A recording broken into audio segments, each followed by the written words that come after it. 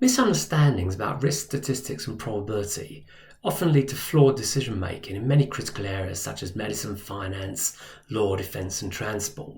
The big data revolution was intended to at least partly address these concerns by removing reliance on subjective judgments.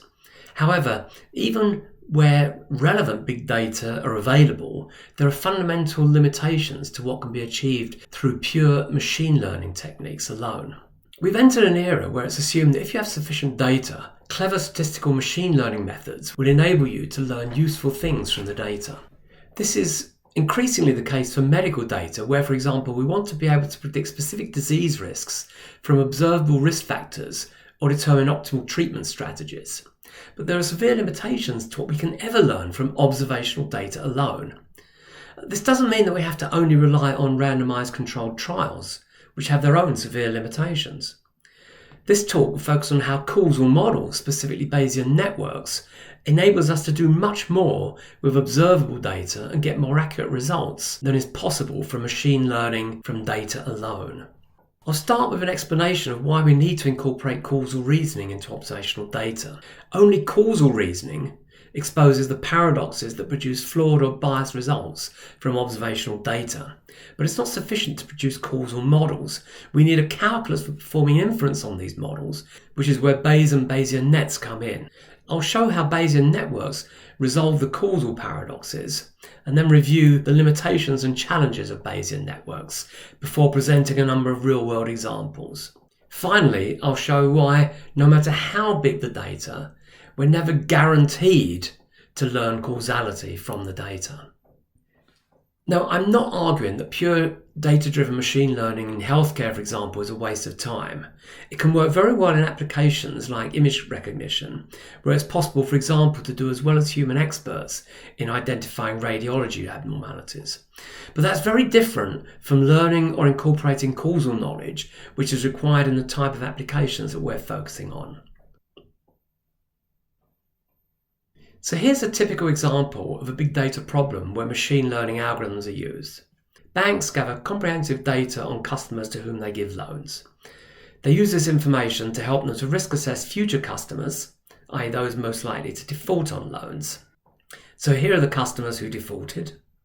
They've got the yes in this column.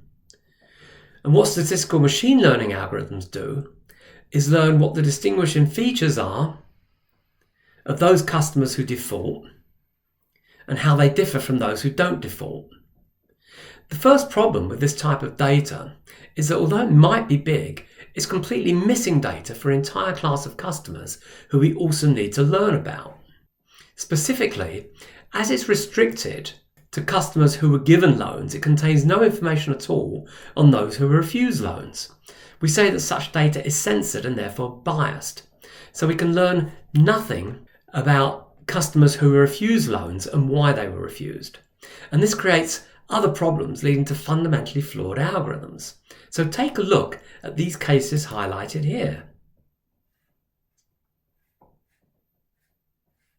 These are a small number of unemployed teenagers given very large loans who didn't default. Now, most unemployed teenagers asking for big loans would have been refused credit because they'd almost certainly default, but they never made it into the data. And so we don't learn such obvious characteristics. Instead, we have a small number who don't default because these were special case exceptions. They were the children of wealthy customers known to the bank. So instead of learning that unemployed teenagers are high risk, the purely data-driven algorithm learns the exact opposite. Unemployed teenagers with big loans don't default. Now here's a model which represents what all machine learning and statistical algorithms are essentially doing. They learn the target outcome, which is whether or not this is the loan defaulted, as a function of the inputs which they have the data. But what the model can't learn is the impact and relationship involving unobserved variables. In this case, the variable loan given was censored because we only had data for those giving loans. We're also missing the special client information and the latent variable, which is loan suitability. Now, people with expert domain knowledge and a common sense understanding of causality can provide this type of graphical causal model before considering the data. The example here is based on a real study of patients entering accident emergency with head injuries. we have a bunch of variables representing observable factors about the patient and a record of the outcome. In this case, whether they died within 48 hours. The idea is you want to use the data to learn a model to help identify patients most at risk of death. Again, a typical regression-based learning model attempts to learn outcome as a function of the observables. Such models rarely achieve better than 70% accuracy and often produce counterintuitive and incorrect results for important outliers. In particular, typical results of such a model will appear to be working well in the sense that as the risk factors collectively become more critical, the predicted probability of survival decreases. But what happens in the most critical cases? You might actually see an uptick in survival probability. Now, this is all explained in a proper causal model. So delay and injury type impact on the seriousness of the injury, that's unobserved. Arterial pressure, brain scan result, pupil dilations, those are simply symptoms or test results of the seriousness of the injury. Ability to recover is influenced by seriousness and age, so these are the risk factors and causes. But most crucially, the outcome is influenced not just by ability to recover, but by an intervention, namely whether or not the patient received urgent treatment. Especially at-risk patients are of course more likely to get urgent treatment to avoid the worst outcomes. Hence you get the anomalies and inaccuracies of the data learned from regression models. They're overfitting the data. So the causal model is more accurate, it properly handles outliers, and it's more useful for decision support. Now, I haven't defined what Bayesian networks are yet, but a core component of a Bayesian net is its structure, which is just a directed graph like the ones we've seen so far. These are based on causal knowledge, with the arcs representing causal or influential relationships. But it's possible to learn a structure of a Bayesian net from data alone. And a lot of people doing Bayesian nets are doing exactly this. It so happens that this head injuries example comes from a study in which the authors did indeed use structural learning from data alone, and this is what they ended up with. And it's completely meaningless from a causal perspective. The outcome doesn't influence the delay in arrival, nor does the injury type. And critically, if your Bayesian networks are learnt purely from data, then their predictive accuracy is generally no better than any other pure machine learning technique, be it regression, classification trees, k-nearest neighbours, neural networks, support vector machines, etc. I'll go so far as to say that pure machine learned Bayesian network models give Bayesian networks a bad name. Useful Bayesian networks require causal knowledge, normally from expert judgment. Most of the problems arising from learning from observational data are the results of two very common causal paradoxes, namely Simpson's paradox and Bergson's paradox. We'll start with a simple hypothetical example of Simpson's paradox. Suppose a new drug's being tested on a group of 800 people, 400 men and 400 women with a particular disease. Half of them get the drug and the other half get a placebo. Overall, the drug results suggest that 50% of those who take the drug recover, compared with only 40% who don't. So there's a higher recovery rate for those who take the drug than those who don't. So clearly that suggests the drug is effective. But is it? Well, if we look at the drug trial results with the sex of the patient included, then what you can see is that among the females, for those who took the drug, there was only a 20% recovery rate compared to a 30% recovery rate for those who didn't. So there was a higher recovery rate for females in those who didn't take the drug, but in the males it's the same. Amongst those who took the drug, there was a 60% recovery rate, but there was a higher recovery rate, 70%, for those who didn't. That means that in every subcategory, the drug is performing worse than the placebo, even though overall the drug is better. Now, there's no statistical chicanery involved here. You can check that the numbers add up. You can check, for example, that there really were 400 people took the drug because there were 300 males, 100 women. You can check that the number who recovered overall was 360. Because down here you've got 110 here plus 250 here, which is the 360. Well, what's explaining this? There's a causal explanation.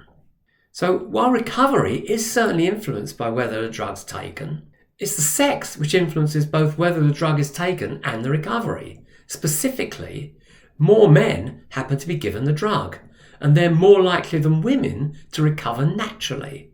So sex is a confounding variable, creating the paradox. Now, while that was a hypothetical and contrived example, the following is based on a real observational study. This was to compare the outcomes or success rate of two treatments, let's call them A and B, for patients with kidney stones. There were 700 patients, half of whom happened to get treatment A and half of whom happened to get treatment B. Now, overall, there was a higher success rate for those who got treatment B, 289 out of the 350 compared to only 273 for treatment A. So treatment B is better overall.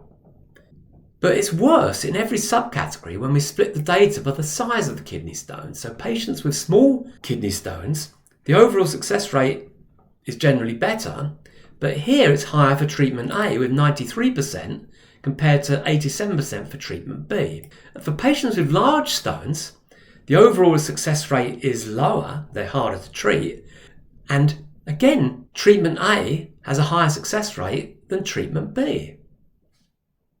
And yet again, there's a causal explanation for the paradox here. Recovery is certainly affected by treatment, but again, the stone size is influencing both the recovery and the treatment. Specifically, patients with large stones were more likely to be given treatment A. And it's inevitable you get this kind of limitation in these observational studies. Next, we move on to Bergson's paradox, which is even more problematic for observational studies. Suppose we want to assess the effectiveness of a treatment for a particular disease, and suppose that from a true population of 100 people with this disease, we find that 16 received the treatment and survived, and 4 who received the treatment didn't survive. So 20 people got the treatment, and so that's a survival rate of 80%. For those who didn't receive the treatment, 60 survived and 20 didn't survive. So a survival rate there is 75%. And so the treatment is effective because it really increases the survival rate. Now, of course, in practice, we can never sample the entire population. Typically, any data set from this population will be subject to systemic bias. In particular, people who did not receive the treatment are most likely to be left out. So let's look at what happens in a typical sample data set. More of those who didn't receive the treatment are missing, and what's more, amongst those who didn't receive the treatment, the ones not surviving are the most likely to be missing. So in the sampled population, we only have estimates of the survival rate, and they're different. The survival rate amongst those who received the treatment is 87%, and the survival rate amongst those who didn't receive the treatment is 94%. So in this case, the survival rate is higher amongst those who didn't receive the treatment. So the treatment reduces the survival probability based on this sampled data set. Again, there's a causal explanation. In this case, the treatment definitely impacts on the survival, but both the treatment and the survival influence who's in the sample, because those who are not treated and don't survive are less likely to be in the sample. Those who are treated and survive, more likely to be in the sample. Now, for both paradoxes, there's a hidden causal factor impacting the observed data. In Simpson's paradox, the causal relationship exists, but it's affected or even inverted by the common confounder. And in Bergson's paradox, there's a hidden collider variable, which also means that the causal relationship exists, but it's affected or even inverted by the collider. The need for causal reasoning in AI, rather than pure machine learning from data, has been well characterized by Judea Pearl with his three-lung ladder of causation. At level 1, we learn by seeing, but we can only learn associations this way, such as from this trial's data, Is this drug effective at stopping headaches? Or in our bank loan example, we can learn whether unemployed people given loans are more likely to default. At level 2, we learn by doing. This way we can learn about intervention, such as if I take this drug, will it stop my headache? Or in the bank example, if I'm unemployed, will I default on a loan? At level 3, we learn by imagining. This way we learn about counterfactuals, such as if I hadn't taken this drug, would my headache still have stopped? Or in the bank example, if I'd been employed, would I still have defaulted on my loan? Pearl argues that if we rely only on statistical machine learning from data, then we can only ever get to level 1 on this ladder. Getting to both levels 2 and 3 require causal knowledge of the relationships, not just between factors in the data sets, but also including unobserved ones, like confounders and colliders. Now, there are real benefits in simply drawing graphical models like the ones we've seen before doing any data collection and analytics. It can guide the collection of the right data and avoid most of the errors that people make when analysing and learning from data. But to use such models for prediction, inference and decision making, and to reach levels 2 and 3 on this ladder, we need a computational framework to support it. Bayes' theorem and Bayesian networks provide exactly that. So Bayes' theorem is all about how to properly update our prior belief in some unknown hypothesis when we get new relevant evidence about it. So here's an intuitive explanation. Suppose Sarah takes a screening test for breast cancer, and about 1 in 1,000 women for her age have it. The test is accurate. It's got a 99% true positive rate, so if she's got cancer, 99% of the time it will test positive. And it's only got a 5% false positive rate, so only 5% of those who don't have cancer will get a positive, or 95% of those who don't have cancer, it will correctly come up negative. Sarah tests positive. What's the probability that she has breast cancer? Well, in a well-known study of Harvard Medical School staff and students, when presented with exactly this problem, over half gave the answer 95%, and the average answer was 65%. So most were very confident that Sarah had breast cancer. But it's completely wrong, and that's because they're failing to take account of the prior belief here, which is the very low probability 1 in 1,000. And to prove that, and give a graphical illustration of Bayes' theorem, just imagine 1,000 people getting tested.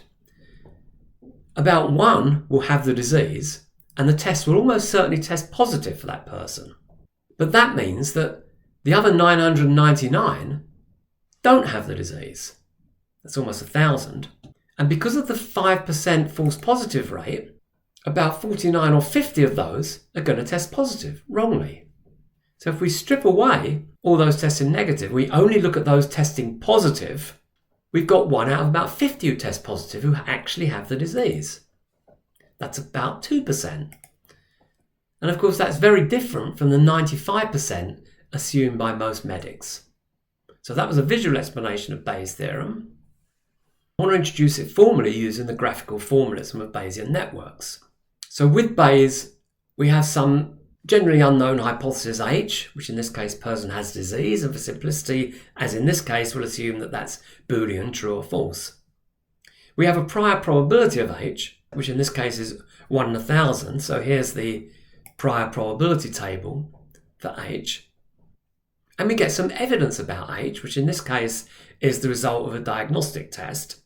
And we know the probability of the evidence, in this case a positive test result, given that the person has the disease. In other words, we know the probability of the evidence given H, we know that's 0.99 or 99%, and we know the probability of E given not H is 0.05. So we know these. And again, we can represent that in this case as a conditional probability table.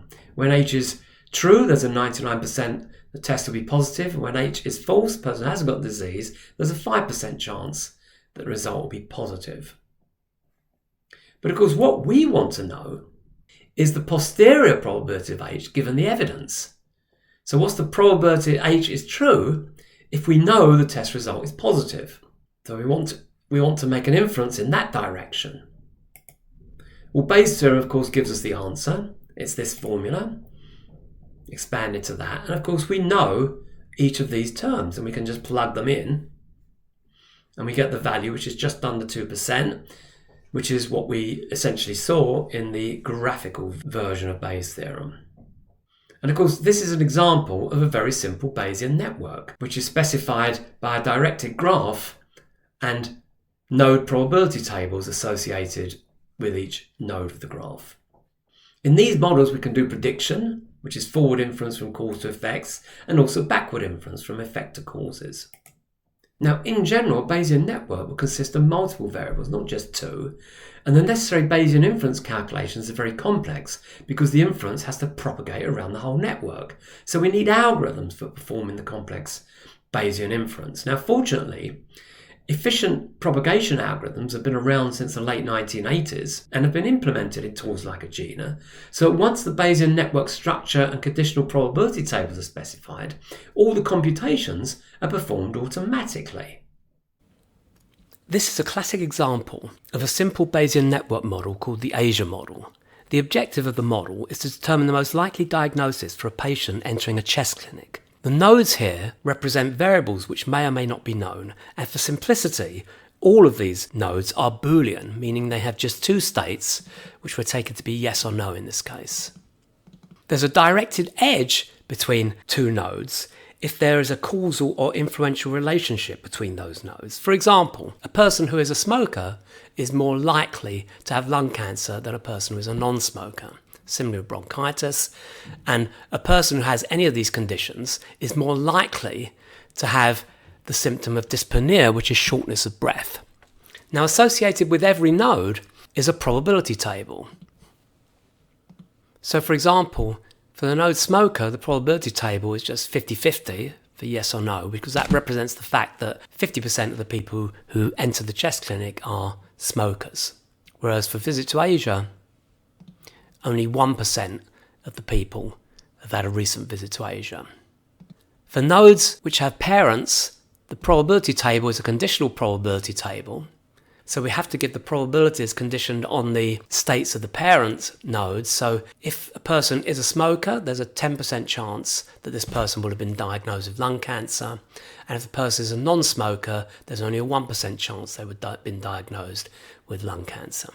Now, in its prior or so-called marginal state, the probabilities here represent just what is known about the population of people entering the chest clinic. But of course, we want to use the model for individualized risk assessment. So suppose a patient comes in and is a non-smoker. So we're going to enter that observation.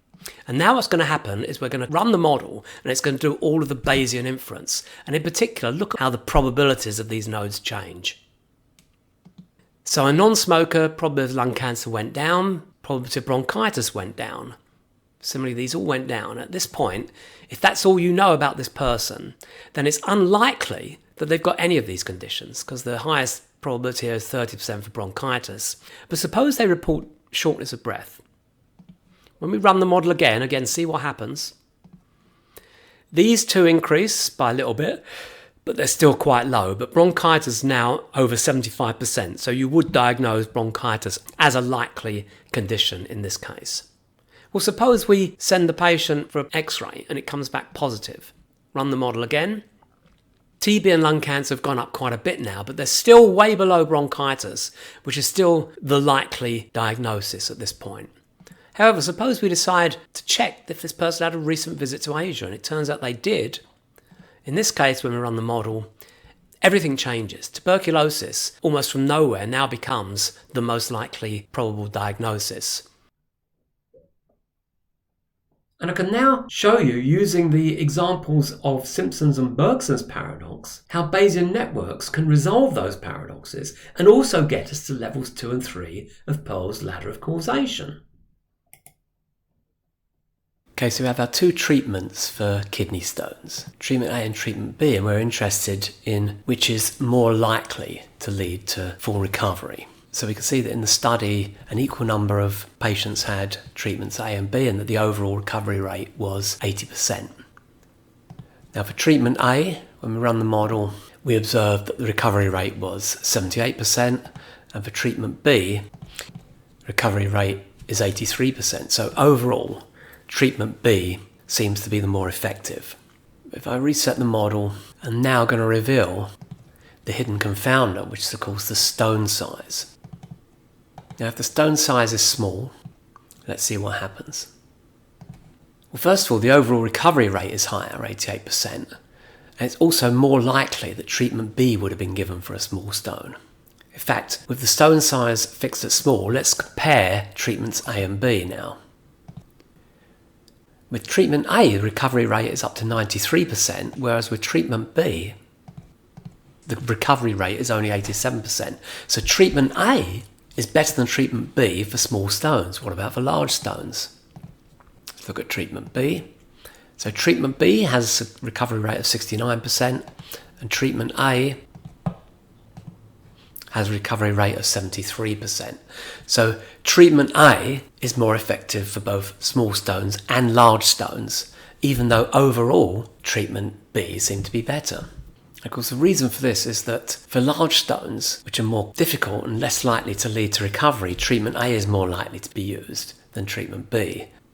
If someone has recovered with a large stone, then it's much more likely that they were treated with A. We get that from the observational data. That's the explaining away. If we want to simulate a randomized controlled trial, what we have to do is break the link from stone size to treatment. So all I'm going to do is delete that, we'll reset this, and now I can see the true effect of A independent of stone size. So recovery rate for treatment A is 83%, and the recovery rate for treatment B is 78%. If I don't know the stone size, which treatment should I choose if I want to optimize my chances of recovery? So if recovery is true, you're better off with treatment A. So here we return to the example of where we had a treatment for a particular condition that was genuinely effective because it increased the survival rate, but from the observational data it was showing a decreased survival rate. Let's see how that happens. So as far as the observational data is concerned, 23% of the people got the treatment overall, and overall 92% survived. But for those who actually got the treatment, the survival rate decreases to 87%. And for those who didn't get the treatment, the survival rate increases to 94%. So based on the observational data, it appears the treatment is definitely not effective. But this is explained when we reveal the hidden collider. The only people in the data set are those in the biased sample. If we remove this biased sample constraint, then what we can see is that only 65% of the true population is in the sample. For those who got the treatment, 75% are in the sample, but for those who didn't get the treatment, a much smaller percentage, 62%, is in the sample. And for those who didn't get the treatment and who didn't survive, only 15% are in the sample. To see the unbiased results, we can see that for those who didn't get the treatment, there was a 75% survival rate. But for those who did get the treatment, there's an 80% survival rate. So the treatment was genuinely effective, but this was hidden by the sample bias. And to get the unbiased results, we have to explicitly model the sample bias as we've done here.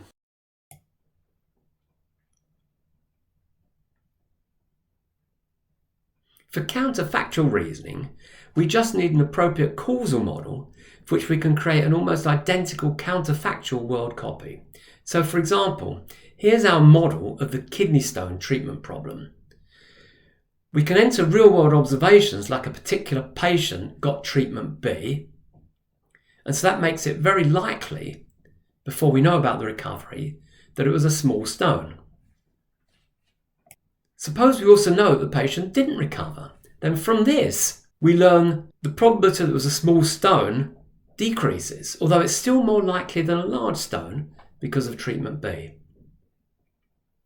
So all of this represents what we know and learn about the real world. This is the thing that we're uncertain about. Now we want to create a linked copy of that model in a counterfactual world, and we simply copy and paste the nodes that can change in the counterfactual world. In this case, that's the treatment and the recovery, which ensures the probability for recovery conditioned on stone size is the same as in the real world. Now, since we want to simulate an intervention on treatment, we break the link into treatment in the counterfactual world. So there's no link from stone size to treatment. Now, in the counterfactual world, we can therefore answer the counterfactual question, would this patient have recovered if they'd been given treatment A instead of treatment B? And that's because we can simulate the effect of using treatment A on the patient with that updated information about what we learned about the stone size in the real world for this patient.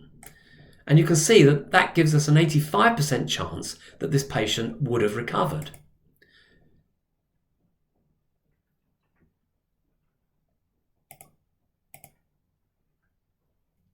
Before showing some real-world examples, I want to go through some of the key limitations and research challenges of Bayesian networks, because we'll see that these have been partially addressed in the examples. Performing exact inference in Bayesian networks is known to be a computationally intractable problem, meaning there's no efficient algorithm that will work for all Bayesian network models. It's an NP-hard problem. The standard algorithms, like junction tree, work very fast for large models, providing that there are not many highly connected components like this.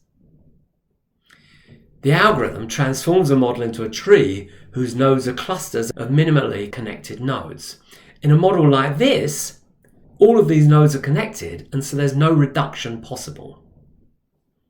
In general, even efficient, accurate, approximate solutions cannot be achieved. So the best we can hope for, in the general case, are algorithms that produce efficient, accurate, approximate solutions for a much larger class of models than is possible with the standard algorithms like junction tree. Now, there's been a lot of work on such approximate solutions, but recent work led by my colleagues Peng Lin and Martin Nill have produced such algorithms that significantly extend the state of the art. Peng has been implementing an extension of this algorithm very recently, and we believe it's potentially one of the most important breakthroughs of the decade in terms of speed and accuracy. It will handle essentially arbitrarily large and complex Bayesian networks. Now, until relatively recently, the real Achilles heel of Bayesian networks was that, except for some special cases using normal distributions, they required all variables to be discrete. This meant that continuous variables had to be crudely discretized in advance of inference, resulting in inevitable major inaccuracies. But a revolutionary dynamic discretization algorithm pioneered by my colleague Martin Nill, which has been implemented in a generalist, means that arbitrary continuous variables can seamlessly be incorporated in models along with discrete nodes. These are the so-called hybrid Bayesian nets, with very accurate results. And the implementation of the algorithm in a GENO allows for a full range of statistical distribution assumptions, not just normal assumptions.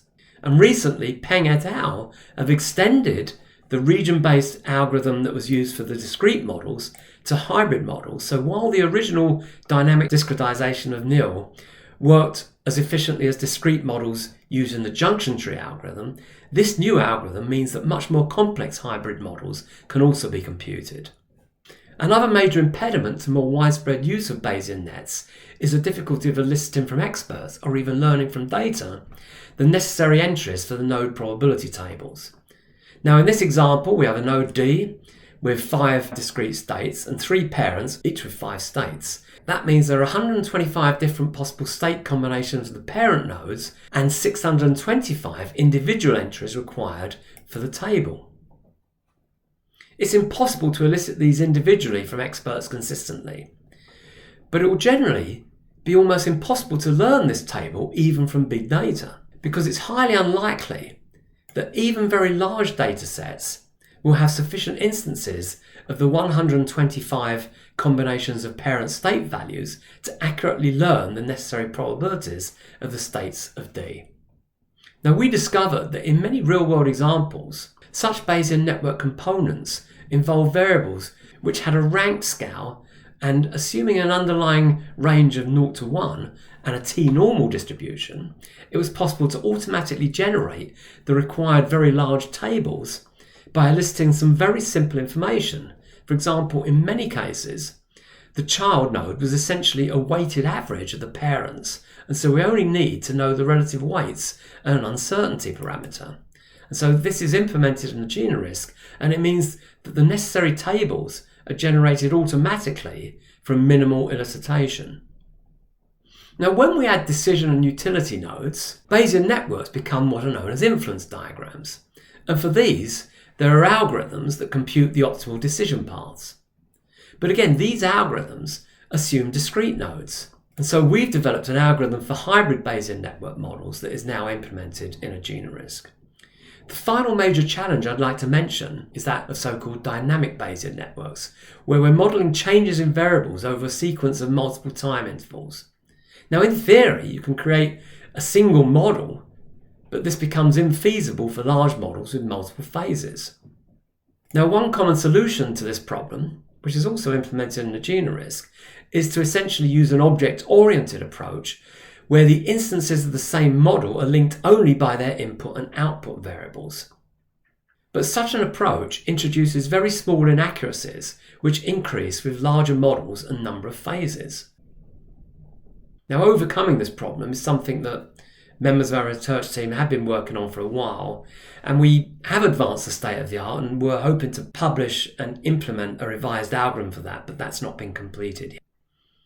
So on to some real-world examples. Well, at the start of the COVID pandemic, I was leading a large consortium called the Bayesian project, which is investigating the use of Bayesian nets for improved risk assessment and decision making for chronic medical conditions. So it was kind of inevitable we would look at COVID, and we worked with a number of clinicians to produce a comprehensive personalised risk assessment model in the spring of 2020 that took account of multiple causal factors and symptoms to provide an estimate of infection, hospitalisation and death. And this model is still available as an online app on the Agena website, so you're welcome to try it out, although we've not updated some of the key prior probabilities since 2020.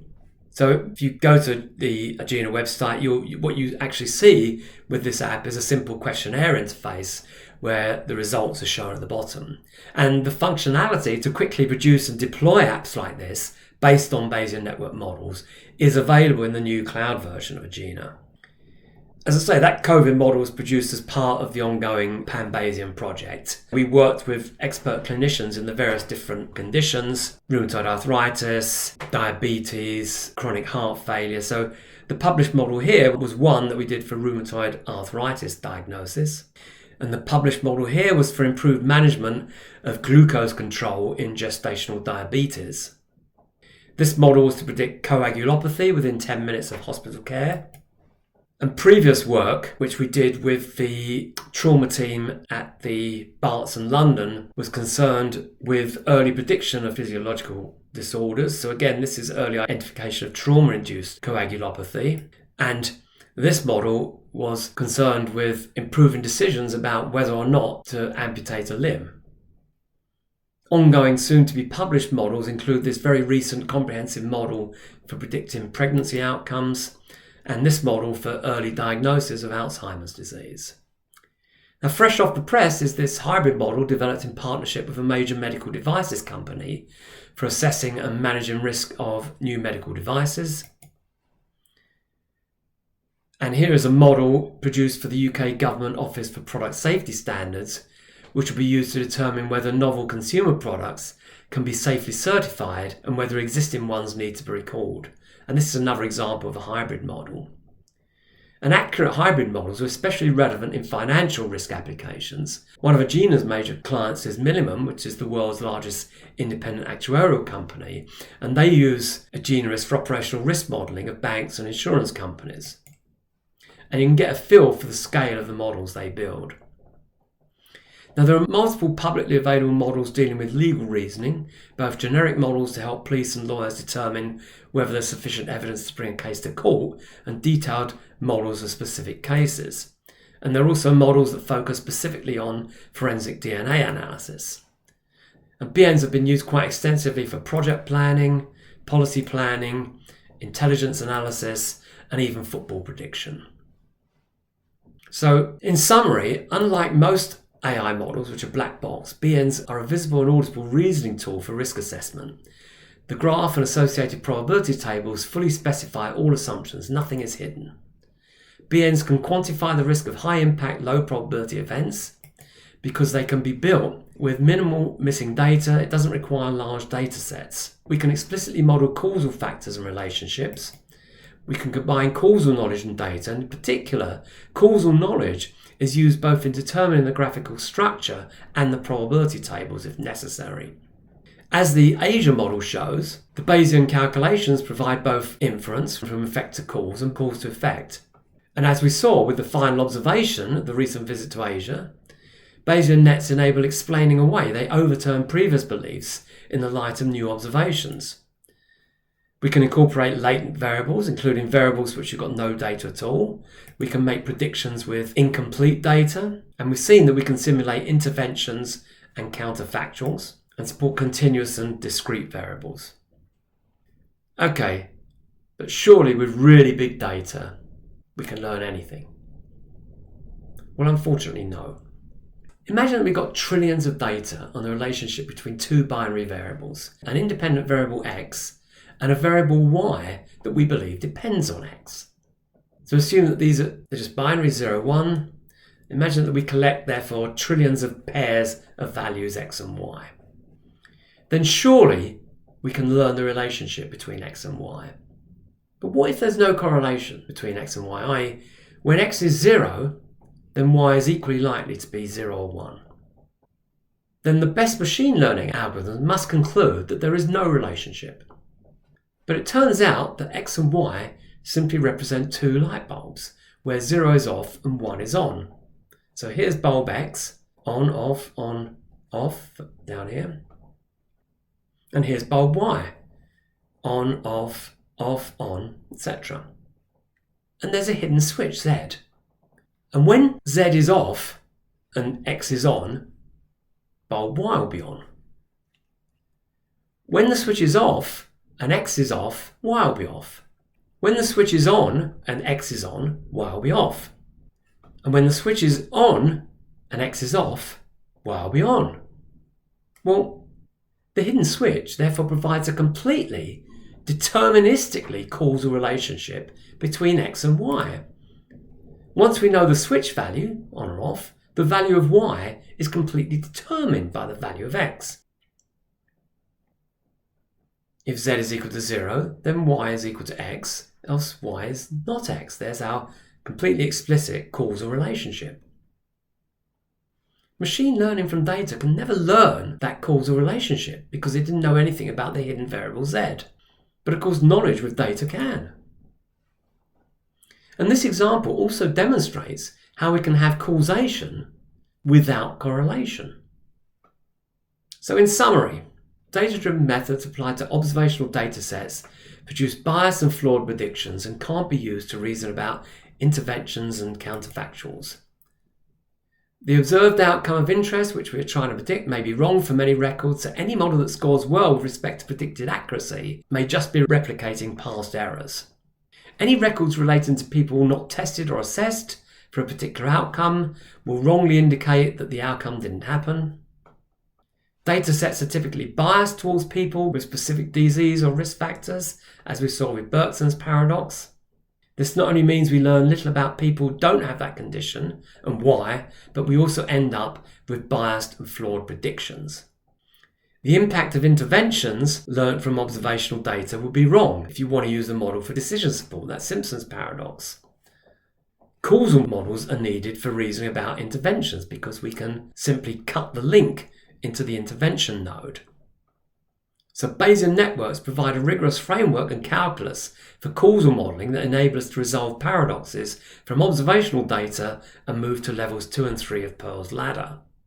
Finally, no matter how big the data, pure data-driven machine learning may be unable to learn key causal relationships. Now, there are many who are unaware of the Bayesian developments who feel that the real solution to the problems I've spoken about will come with the advent of big data and increasingly powerful machine learning algorithms. And I feel strongly that much of this big data drive is going to be an unnecessary waste of effort. Big data churned through pure machine learning more often than not delivers rubbish. And it's the combination of knowledge and I guess what we call smart data, which generates causal models that make sense, and the Bayesian approach is the most effective method for handling this.